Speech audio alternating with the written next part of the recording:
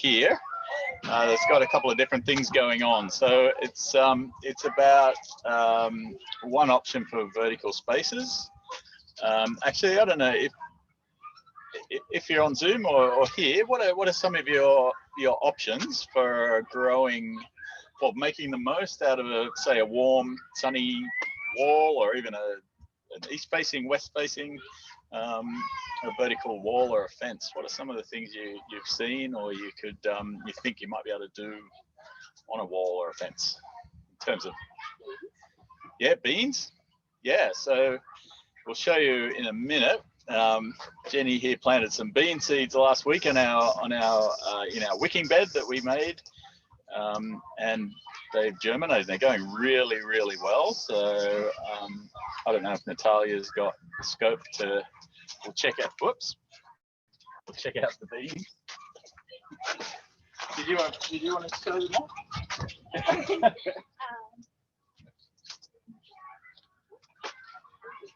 Yeah, I can see you. Please go ahead. Just people on Zoom, can you hear us? So these are the beans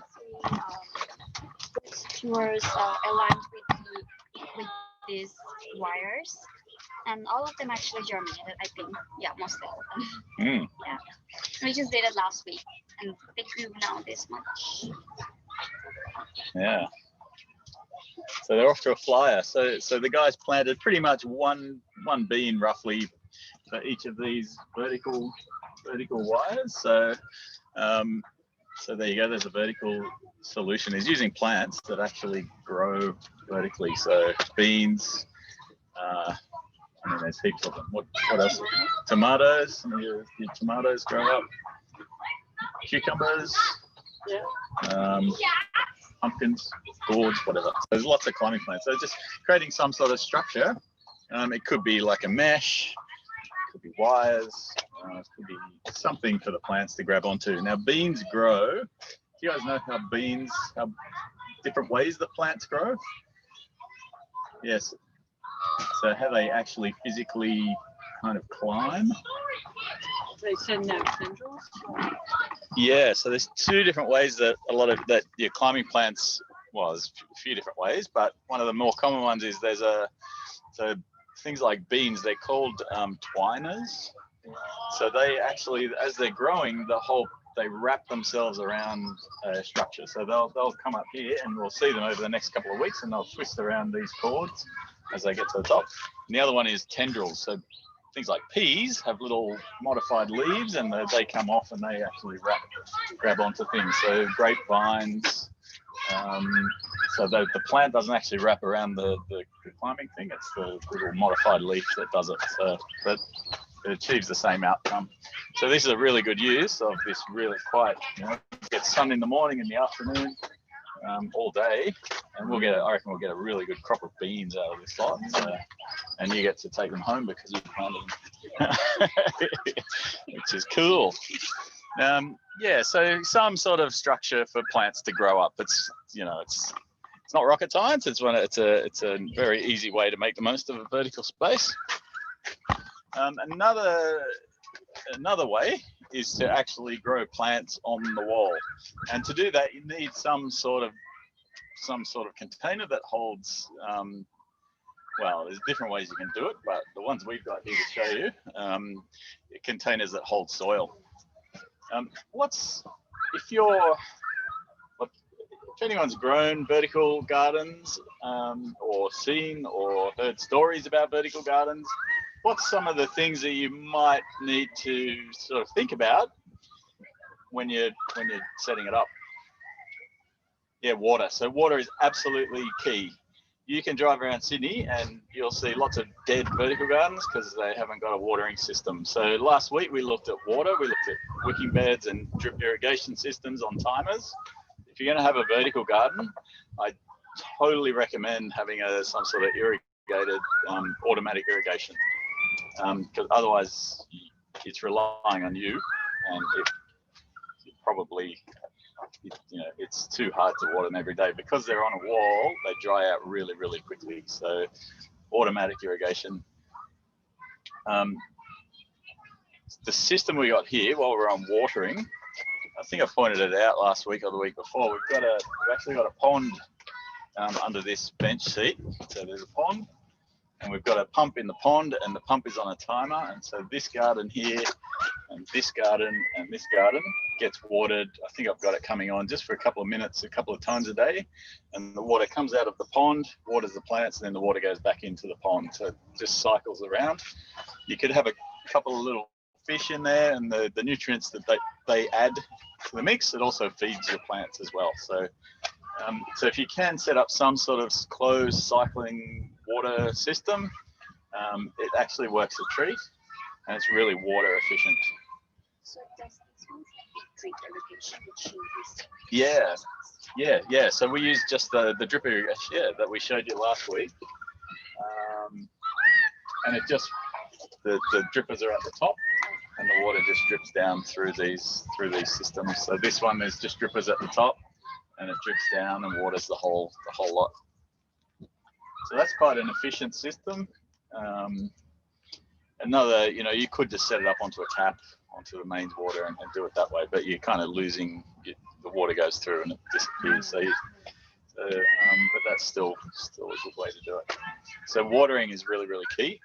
What's another thing you might think about when you're growing plants in a pot or in a container on a wall? Anyone on Zoom got any ideas around vertical gardens? Has anyone experienced growing a vertical garden at all? The size of the plants is, you don't want to be too big. And that parsley seems pretty good, but Yeah. So you may be limited in the size of the plant that you grow. we put broccoli in there. So because you've only got a fairly small, generally because of it's a weight kind of thing, so you don't want to have a huge amount of soil up on the wall. So your plants that you grow aren't going to be enormous, but this parsley is it's a decent size. And that relates back again to how much soil you've got. So again, given that it's you're up on a wall, drainage is really good. It's hot, it's dry, it's often windy. So the more soil you can get in your containers, the better your plants will go, because they'll have more access to more moisture and more nutrients, and they'll be able to develop a bigger root system. So some vertical garden systems that you get, the pots are like really, really small. You'll be struggling to get any decent growth out of those. Not impossible, but it's easier if you have a slightly bigger pot sort of system. This one here and this one here both work. I don't know if you guys on Zoom can see, but effectively, they're the garden bed is that wide, and these louvers come down to about here somewhere. So that whole section at the back is soil. So it's connected from the top to the bottom with a wall of soil, and the louvers just hold a little platform of soil coming out. So the soil profile is like kind of like that. So there's a lot of soil in this setup. So how do you keep it in place? It just stays in place. You fill it up from the top, and it falls down to this bottom top, and then it fills up to that level, and the one above it kind of goes down to there. So then once it's filled to there, then it starts to fill up the next one, and then it starts to fill up the next one, and so forth. And the beauty of that system is that these plants can get access to all of that soil. So their roots go into this soil at the back,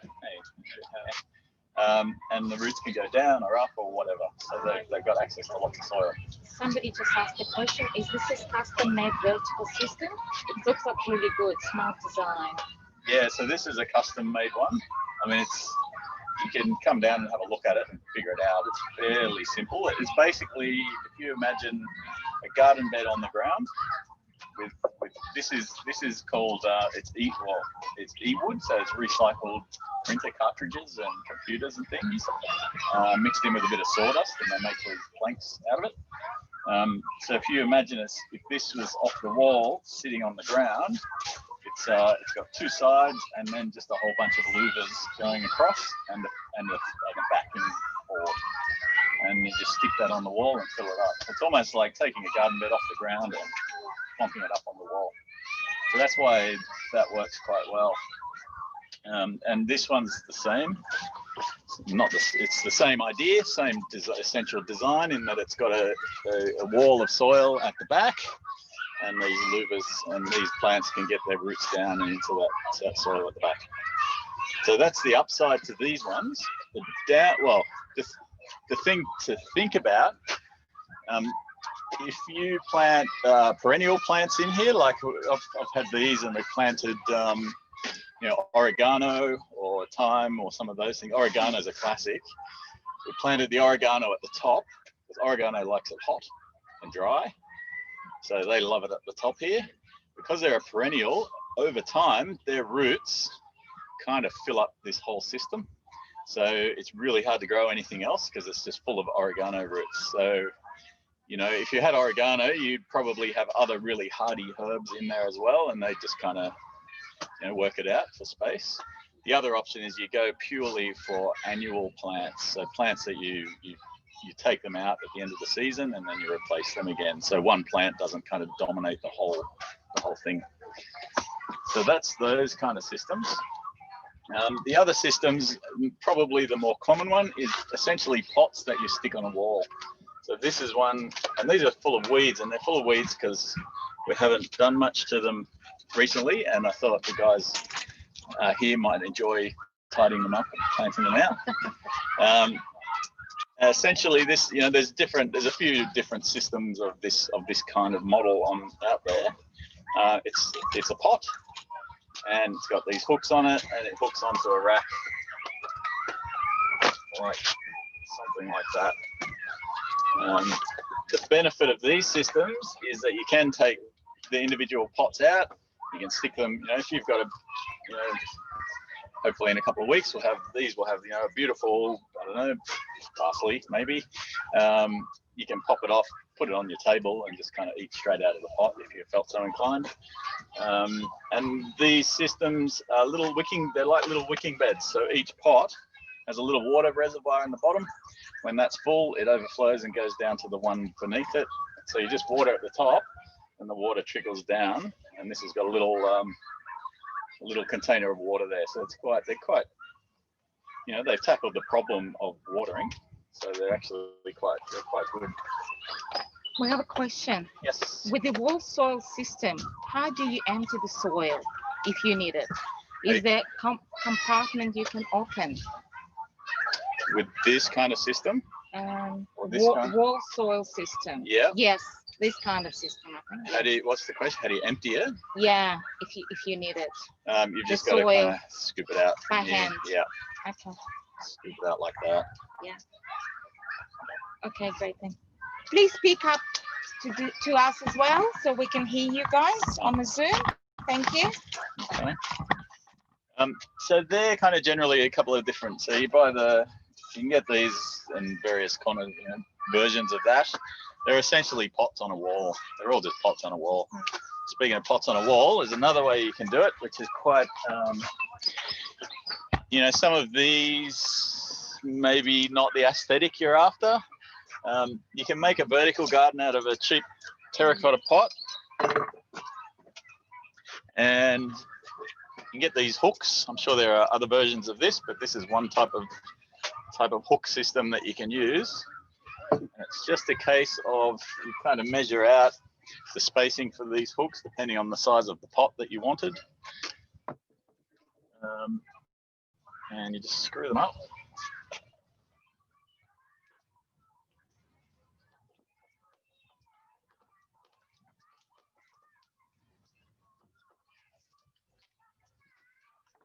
And obviously you put soil in there, and the pot just kind of hangs like that. You can have, you can stack them up, you can stack them across. They're really quite versatile. You can put them wherever you want in whatever shape you want. Put your soil in, put a plant in, and it's an instant vertical garden. When you've got these kind of en masse, it looks really cool. And they're really, you just pop them off, swap them out, chop and change. You can have flowers, whatever. So, and the same, these have got the drain hole in the bottom, so you can have like one dripper at the top, waters the top one, and it just keeps watering the ones underneath. So this is really cost effective. I think it can look really nice. Yes. Any questions about vertical garden systems? You might have already mentioned, but do the vertical ones, do they drain into the pond? Yes, yeah. So these guys drain straight back into the pond underneath, and yeah, we've got a little pump, just a fish pond pump on a timer. So every day they get watered a couple of times a day, and the water just circulates around. And you can add stuff to the water to stimulate the soil and feed them things. So yeah. And how does the water come in? Like, how do you keep the water level up? I've actually got it hooked into our main irrigation system, and so I've got a tap that I can adjust so it tops it up every day. It's pretty water efficient. It'll go for quite some time without needing to be topped up. So there's a few vertical gardens. We've got one over here which is not planted out, and it's not thriving by any stretch, but this is another version of the louver system made out of recycled hardwood fence. I really love this one when it's full of plants and looking good. If we had the irrigation, this is not a great example, but I could share a photo of it when it was full of plants, and it looked amazing. I just love the texture and the feel of the timber. I did line the inside of the timber with plastic, so it didn't just rot out like instantly. But this has been up for a few years, and it's still going pretty strong. So that's one that you can make fairly easily yourself out of reused materials. So it's yeah, that's probably my favourite. I really like that one. I have to plant it out and look after it. So there's another one over here. This is it's really just, you can grow plants in whatever. So this is the same thing. This is the recycled plastic wood material, just made boxes out of it and stacked one on top of the other. There's holes in here, the water at the top, the water drips down. So we've got a bean, a bush bean, we've got some chives up here, some mint, some more mint, and some flowers down there. So there's actually asparagus in here, which I don't know how that happened, but it's probably a bit small for asparagus, but you never know. So that's one thing you can do with your vertical spaces, growing plants vertically. I'll just take you back to this one because we did have another thing going on with this pond. So originally it was set up to be as a thing called an aquaponics system. So aquaponics, does anyone know what aquaponics is? How it works? Anyone on Zoom had an aquaponics? Grow in water, don't you? Fish. Yeah. Oh, it's the rock one, is it? Yeah. So it's a way of growing. You might have heard of hydroponics. Yeah. And you might have heard of Thank you. Aquaculture. Yeah. It's a combination of aquaculture and hydroponics. So hydroponics is where you grow plants in water and just with a growing medium. So it's without soil. So hydro, water, ponics, whatever that means. So water-based. So it's a soil-less system, and the nutrients are carried in the water and to feed the plants. Aquaculture is growing fish in water. So what aquaponics does, it combines growing fish with a hydroponic kind of setup. So instead of adding chemicals or fertilizer to feed the plants, as you would in hydroponics, you use the fish waste to feed the plants. And then the plants and the thing called a grow bed is like a big filter for the fish. So you've got it's a closed loop system, and everything, it's kind of one of those classic integrate rather than segregate permaculture principle moments where everything works as a closed system. So the only input is a bit of power to run the pump, which you can run from the sun, and fish food, and if you're really into it, you can grow your own fish food. You can grow like soldier fly larvae or all sorts of things that the fish will eat. So it's a fairly, there's a fair bit in aquaponics. There's a lot of, the devil is really in the detail with aquaponics. So we won't go into it in great detail in this context, but essentially the key parts of an aquaponics system a pond or somewhere for the fish to live, a tank. A grow bed of some description, something that holds the growing media.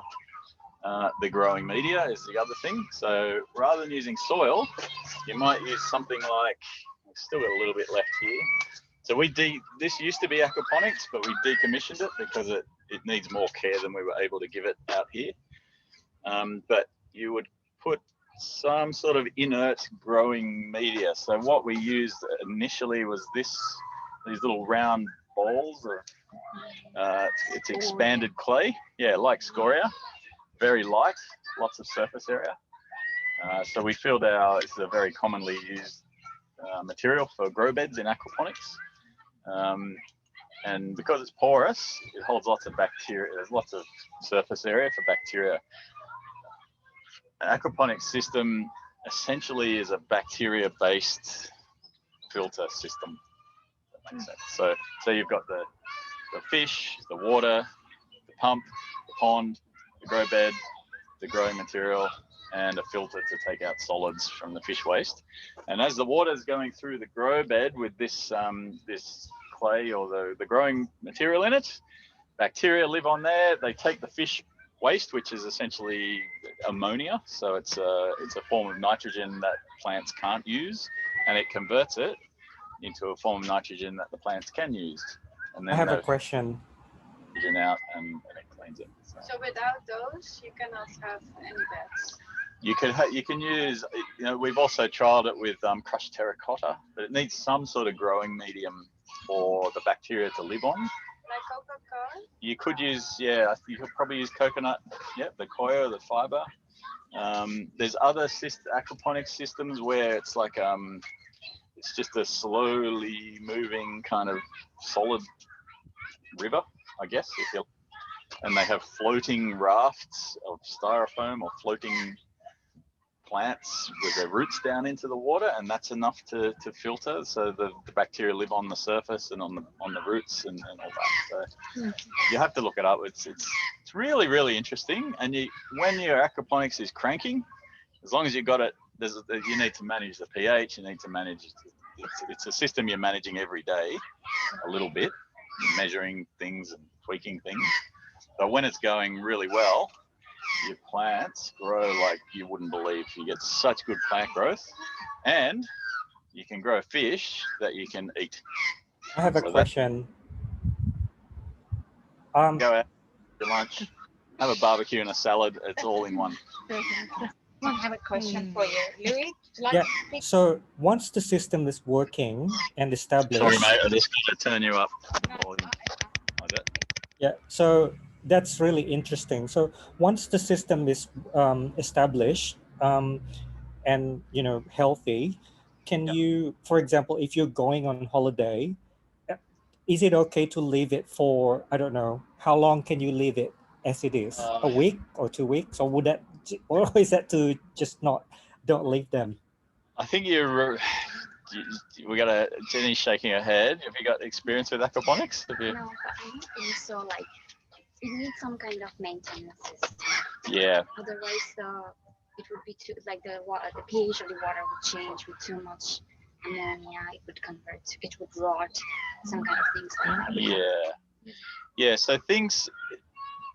I guess the short answer is probably not. It's kind of the sort of system that it really needs. The more regularly you're looking at it and measuring the pH and things, the sooner you can notice if it's going off track. So some things that can happen. So say, you can get little pockets of what they call anaerobic bacteria. If the water for some reason doesn't circulate properly, you might get a bit of anaerobic activity. That's a different type of bacteria. You want aerobic. So you go down this rabbit hole. We could be here for hours, but if that happens, then the whole system can go pear-shaped pretty quickly. A couple of days, the whole chemistry and the whole balance in the water gets thrown. You could get algae growing. After a couple of days. Yeah, it happens quickly. So If you've got a really well-designed system and you're on top of it, maybe you'd be comfortable going away for a while. But yeah, don't know. Maybe if get a neighbor or a friend who knows about aquaponics and get them to look after it. Thank you. Thank you for the tips. Yeah, sorry, mate. No good news there, but I think, I don't know. I love aquaponics, but I don't do it because for me, it's just a bit too constant. I'm not sure. But if you're into it and you like it, it's fantastic. Do you have to introduce the bacteria? No, the bacteria just kind of comes. It's like, it's around. You could get a cup of water from an existing aquaponics system and kind of pour that into your system to kickstart it if you wanted to. But generally, it'll find its own, just find its own balance. So now is constantly water going up? So this is no longer aquaponics because this system would get looked after maybe once a week at best. So it just kept not working. We had a couple of we started off with silver perch in here, and we had a couple of silver perch that just survived. They're pretty tough fish, but it wasn't really kind of aquaponics. Aquaponics is where you have quite a lot. It's like revving your engine at full speed. You overload it with fish. There's lots of nutrients. The nutrients are getting cycled into plants. The plants are growing like crazy. I guess you could have an aquaponics system technically and kind of just throttle back a little bit and have a few fish in there, and it's a bit of a slower system. So it's not so critical that if you go away, it might be a slower kind of process for change. So can you not still do that here then? We had an incident. Someone poured soap into the pond, and we came one day and there was like bubbles everywhere, and all the fish died. So we didn't fill. Yeah. It's just public space. It's public space. No, they probably didn't know there were fish in there, and it was just I don't know. Maybe it was a party and someone just who knows. But can you still it was just use too hard. soil if you do aquaponics at home? So you could kind of go. This is now a hybrid aquaponics, if you like. So aquaponics is the full cycling, the grow bed, the bacteria, the balanced pH, the balance of the food, and it's all about growing fish and plants. This system, we don't, but we could easily have a couple of little fish living in here, and they're still adding nutrients, but this is a soil-based system. So you're still going to get bacteria living on the soil. You still get bacteria living in here, and as long as there's not too much nutrient kind of being produced by the fish, then it could be a really nice kind of soil-based kind of. It's not really aquaponics, but it's still integrating fish with plants for the benefit of both. So this is I don't know what this is called. It's just a fish pond with it's not even a fish. It hasn't got fish in it, but it's a pond with it's a Right. whatever. It's handy for vertical gardening. Yeah. So this I really like vertical gardens. They do need regular water. Like a day like now, a couple of times a day, you'd be watering in the morning and in the afternoon. So they dry out quite quickly. So the idea of just because they're, it's on a wall. Imagine if you're stuck on a wall, you dry out pretty quickly. It's just the nature of it. They're exposed to the wind and the heat, and there's quite a few plants in there pumping it out. And because of the weight, you can't have a really big amount of soil on your wall or your fence. So it's kind of that balance of weight and soil and so watering is one of the things that will fail your vertical garden. But having a reservoir and pumping that around, that seems to work really, really well for vertical gardens, and it's more water efficient. It's a bit like your wicking bed with a pump in it. And it goes automatically then? Yeah, so we got a little timer. So you need access to power or a battery operated version. A solar power battery operated, which I've set up once before. That worked pretty well. And a little timer. The pump comes on for 1 or 2 minutes, waters this thing, goes off for 12 hours, then it comes on for 1 or 2 minutes and waters it. So, and you know, this doesn't get, well, it doesn't get a lot of love, to be honest. And the growth that we're getting, you know, look at these strawberries. So strawberries love vertical gardens because they can hang over the sides. And one of the things with strawberries on the ground, does anyone know what happens with your strawberries when they're on the ground? Yeah. If you have the strawberry comes in contact with your soil or your mulch, often that's where your problems are. So these guys are just hanging out there. The blue tongues can't get them. Yeah. So some plants really grow really well. Some plants not so well. So we got these ones. Yeah. Guess what these are? Parsley. Hey, parsley. So more parsley. I'm not sure what's going on, but and that's lettuce. Yeah, you can grow most of your smaller plants. So lettuces go really well. Beetroot goes really well. Yeah, we got some beetroots just hanging in there. That's either beetroot or chard. So a lot of your leafy greens and your herbs and your just not your massive kind of plants, you know, aquaponics, vertical garden. So that's there a couple. Yeah. There was just a comment. Maybe the warm tea, fertilizer, and regular watering are good alternative to the aquaponics. Yeah. So you could put a bit of worm juice in the pond. Was that what they meant? Yeah, was that the comment? I think so. Yeah. Good. Occasional bit of something like some fish emulsion and seaweed in here would just get the biology going. So it would work really well. How do you set up easily an aquaponics? And aquaponics, Yeah. you can buy them off the shelf. Okay. So you can spend a bunch of money and get a aquaponics system delivered, set it up, and away you go. That's probably the easiest way. Okay. And it comes with the vertical gardening or not? I don't know if I haven't seen a vertical aquaponics system on the market. This is kind of a bespoke one. Yeah, I've set up a couple. I had one at home for like 5 years based on about 2 or 3 of these and a big 1,000-litre pond. Went well and then didn't, and then went well and then sort of a bit up and down. But we pulled a lot of food out of it. Yeah. Oh wow. If you have the water like just as a reservoir like it is here, do you need to test water? It's not as critical. The water testing is really to keep the fish alive. So unless you notice something going really wrong with your plants, we don't. Yeah, not so much. It doesn't hurt just to check the pH every now and then. All right, so that's aquaponics in a very So it's fun.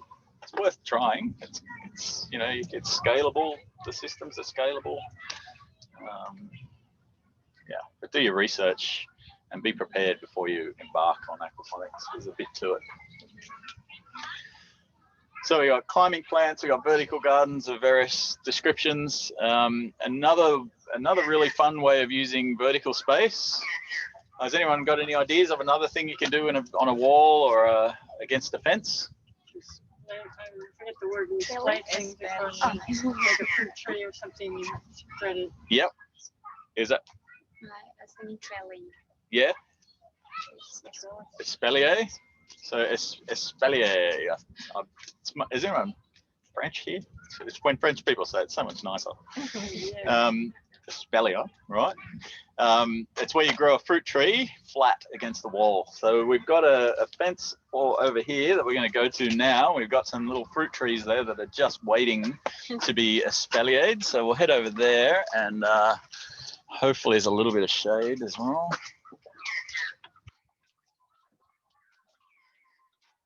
Really isn't it?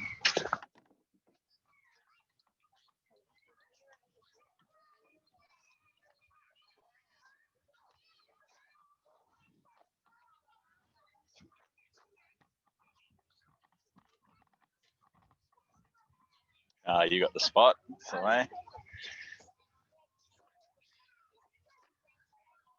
Has anybody here or on Zoom grown espalier fruit trees before?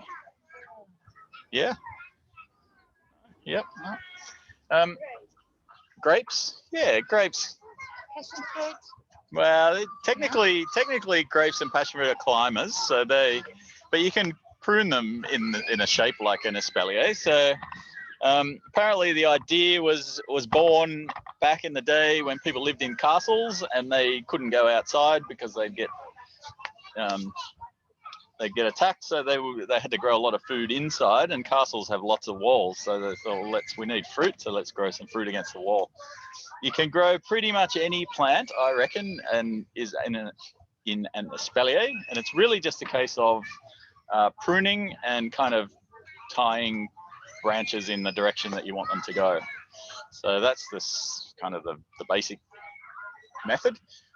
You can grow espalier in all sorts of fancy shapes like candelabras, and I've seen espalier people write their names out of plants on walls, or you can do all sorts.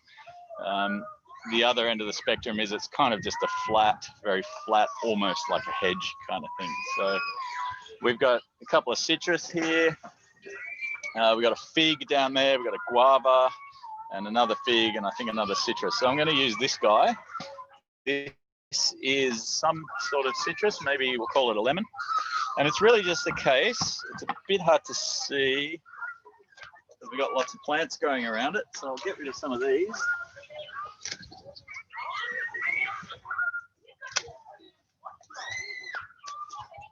Just so we can see.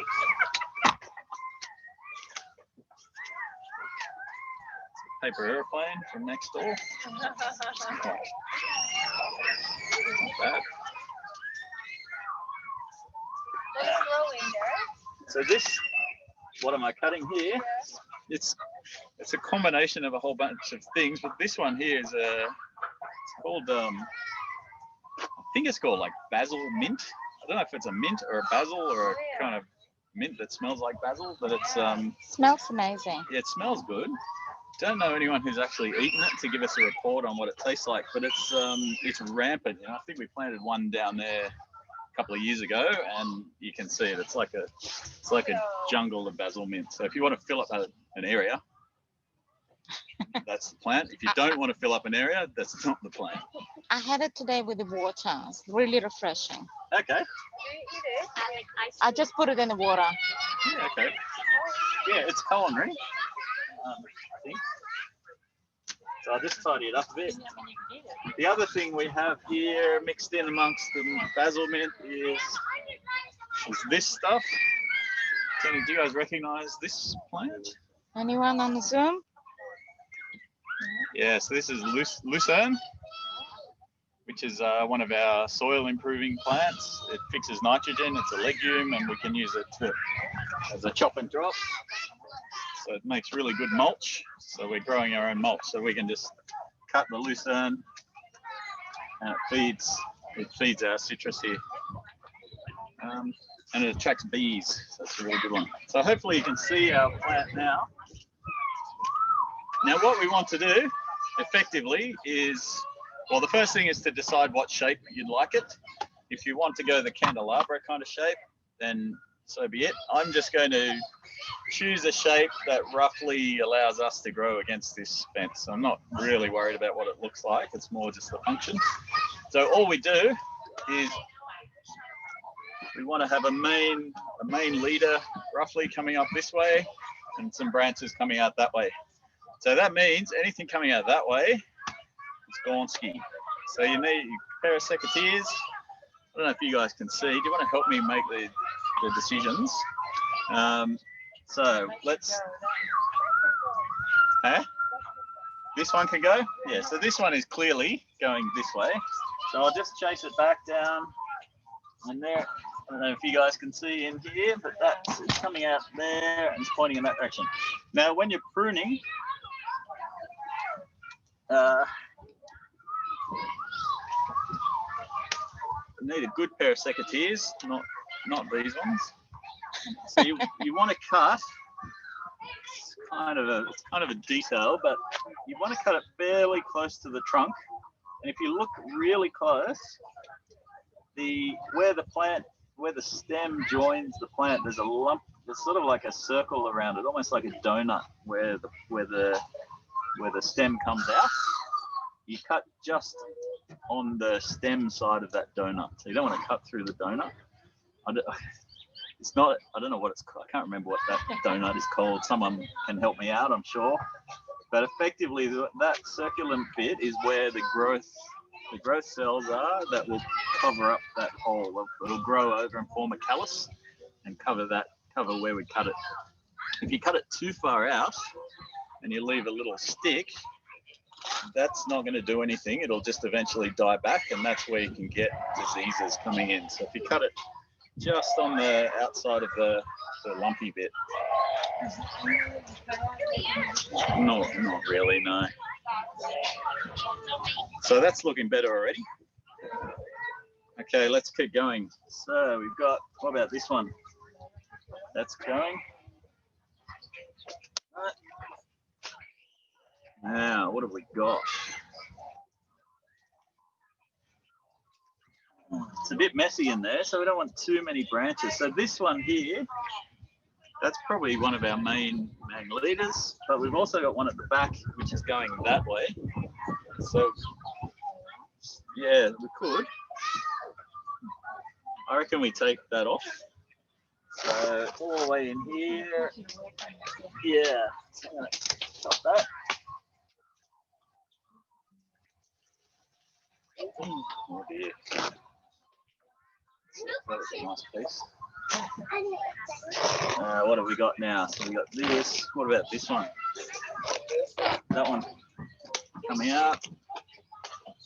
Now you can see what's going on. So here we've got. Let's do with that. I'm going to take this one off.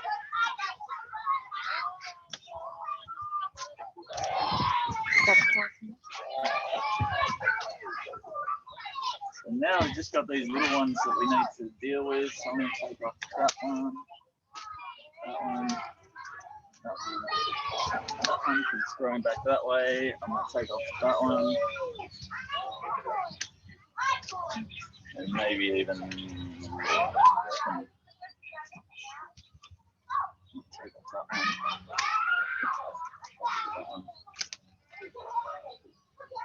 one. So that's kind of the process. Okay?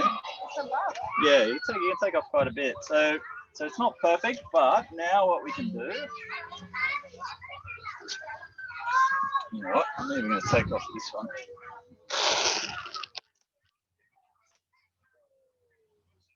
So that's roughly given us kind of a V-shaped plant. Let's go like that. Now the next step is we can tie that. We can tie these where we want them to go.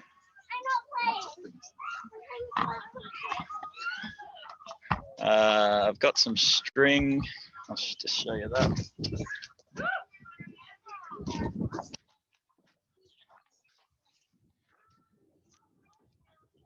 So you can choose some beautiful bright blue string, or you can choose other types of string. But this is fairly soft and flexible, so it won't damage the plant. So I just want to push that back a little bit and tie it off against the fence.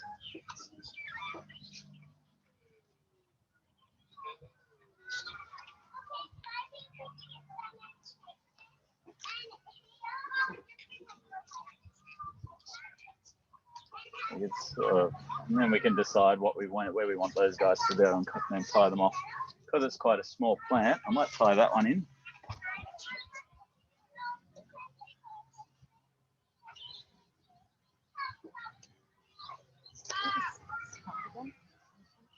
Yeah. And I might tie this one off in this direction. So these fences are great for espalier because there's plenty of options for where you want to tie.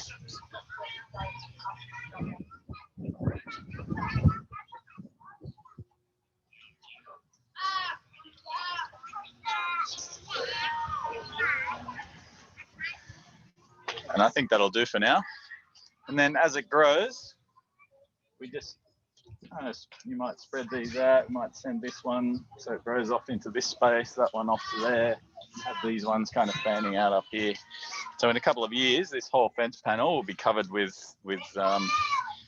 branches, and then it's just a case of just continuing that process. Anything that comes too far out that way, chop it off, and just, yeah. It can still grow lemons there. Yeah, you still get lots of fruit. Okay.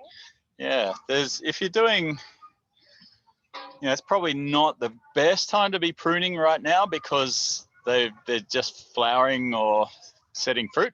Okay.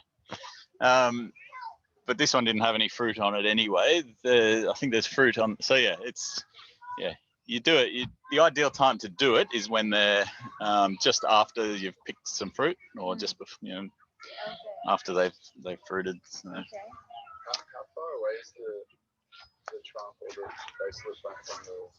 Yeah, so in this case, the trunk or the base of the plant's about 150 mil from the fence, so 6 inches kind of thing. So you want to get it as close as you can, or if you're planting it if you have to plant it a bit further away because of whatever reason, you can kind of tilt the stem so it heads back towards the fence and then take it from there. So, if you decide you want to espalier your fruit tree, when you're buying the actual specimen in the shop,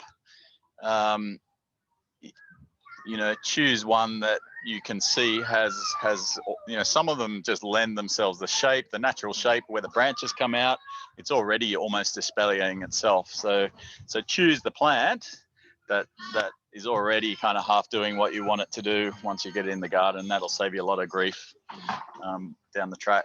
So just check the time.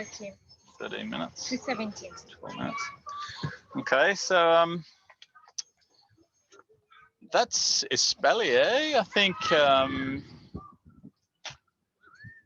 that's the process. And there's again, you can look into it and there's a lot more detail around it, but that's the general idea, is that you're growing a fruit tree flat against the fence. I might just show you around this garden. So we've also got passion fruit, which is coming from next door, which is the best passion fruit. So you can when they're ready, we'll pass them back over. Passion fruit's a great way of you can cover a fence in a season with passion fruit. It's a really fast growing, really vibrant plant, and the fruit, as you know, is amazing, and the flowers are beautiful. One tip with passion fruit, if you're using passion fruit to make the most of your vertical space, when you buy them, you can buy grafted passion fruit, which is where they stick the fruiting variety onto a different rootstock. So they grow a rootstock which is really vigorous, and they put the fruiting one on there. Or you can grow a seedling passion fruit, which is just this one grown from a seed, and it grows. The benefit of the roots, the grafted, is that the plant can be much more vigorous because it's got that stronger root system. The downside of grafted passion fruit, someone will have experienced this. What's the downside of grafted passion fruit? Bad taste? No, it tastes good, but there is something real that doesn't taste good about it. Not literally, but so what happens, and this happens just about with every single grafted passion fruit I've seen in my life, is that the rootstock ends up taking over. So the rootstock will send up shoots, and it's much more vigorous than the one that's stuck onto it. And more often than not, this one dies off and you end up with the rootstock, which is fine, but the rootstock won't give you fruit that's really that edible. And it takes over its suckers, so it'll pop up, 10 meters away, you'll get passion fruit rootstock popping up, and it'll be everywhere. And so it's I always recommend to people, if you're going to grow passion fruit in the ground, don't use a grafted passion fruit, use a seedling passion fruit, because you'll be forever wishing you didn't plant a grafted passion fruit in your garden. If it's in a pot, it's all right, because you can just rip the whole lot out, but in the ground. So question? Well, lucky I grew seedlings. Yeah, yep. Seedlings definitely the way to go. May not be quite as vigorous a plant, but it'll still be fine. Just a couple other ones. This is I think this is a scarlet runner bean. It's just kind of popped up from somewhere. This guy is really hard going here because it's hot and dry, and I don't think the irrigation system comes in here so well, and that's why this is looking a bit crook. But does anyone recognize this one? It's related, I think, to pumpkins, and it's a choco, old school chocos, right? If you want to grow masses of food on a vertical space or on a wall or a fence, chocos, they grow like crazy, and you just got to figure out how to make them taste good. But I know there's recipes out there, I'm sure. This is a grape. So in Sydney, grapes are a great way of using vertical space. This one we're trained up on top of this pergola, and the idea is hopefully one day it will cover the whole pergola, so it'll give us this beautiful shade in summer. But because they're deciduous, they lose their leaves in winter, so we get plenty of sun. This one was covered in bunches of fruit. So there are varieties that will fruit really well in Sydney, but whichever day we had on the weekend last week, it was like 40 something degrees, not quite enough water, too hot, and we've actually produced some raisins. And we were eating some this morning. They're not too bad. Not great. Oh, that one's not good. Not quite right. Excuse me. Delicious. Yeah. I'm tempted. So, but grapes. But with grapes, choose varieties. So a lot of them get diseases like fungal diseases, and because we're on the coast in Sydney, or if you're in Sydney, there are varieties that aren't as susceptible to the fungal diseases. So choose your varieties carefully. But yeah, hopefully we'll still get some grapes. They seem to still be here. But at some stage we'll need to bag them, because if the heat doesn't get them, the birds will. If the birds don't get them, then someone will. But Are you dying? hopefully, yeah, I think these are coming good. So grapes are, and you can do amazing. You've all been to vineyards. You can make really nice shapes and stuff out of those as well. Question time? Yeah. So we're almost coming to the end, and what we usually do, we ask everybody what have they learned.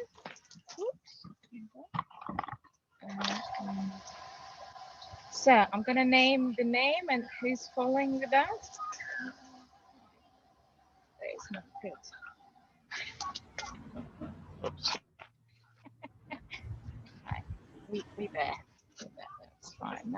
That's gone. Sorry. So you want to hold? Arm.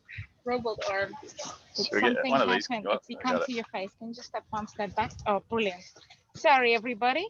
So I'm just sending you all survey to do when you can. So copy that link and do that after this workshop. And I'm gonna name your names so you can all participate in this. So we will start with Francis, followed by Aldrina. My apologies if I didn't say it right. And then Steve will ask you a question. What did you learn today? Yeah, so if you could just share with us, we'll just go around the Zoomers. Just share, if you could share one thing that you remember. It just helps everyone, just jogs people's memories and helps us. It helps it stick in our brains. So if you could just help out and just share one thing that you remember from today. Doesn't matter what it is. Francis, if you wanted to speak up, unmute yourself and say the first thing, that would be great. Thank you. Okay, the thing I learned today was that for the vertical garden, you need a large pot area so you have a lot of soil for the plant so that it gets nutrition. Thank you. Yep. Thank you. And yep, we got it. Thank you. Following for Aldrina, if I said right, please speak up. I learned about the espalier, and Yeah, that's very interesting. It's the first time I learned about it. Yep. It's a nice way to grow plants as a fence. Thank you, Aldrina. For Thank Elaine, followed by Kim. Elaine? Elaine? Maybe next time around. Kim?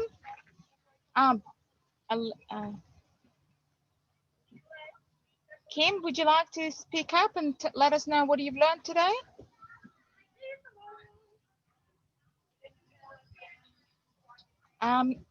If not, Kim not available. Louis? Hi, Louis. Thank you for Hi, I participating. learned a lot today. So this is my first time, so I really enjoy it. Thank you very much.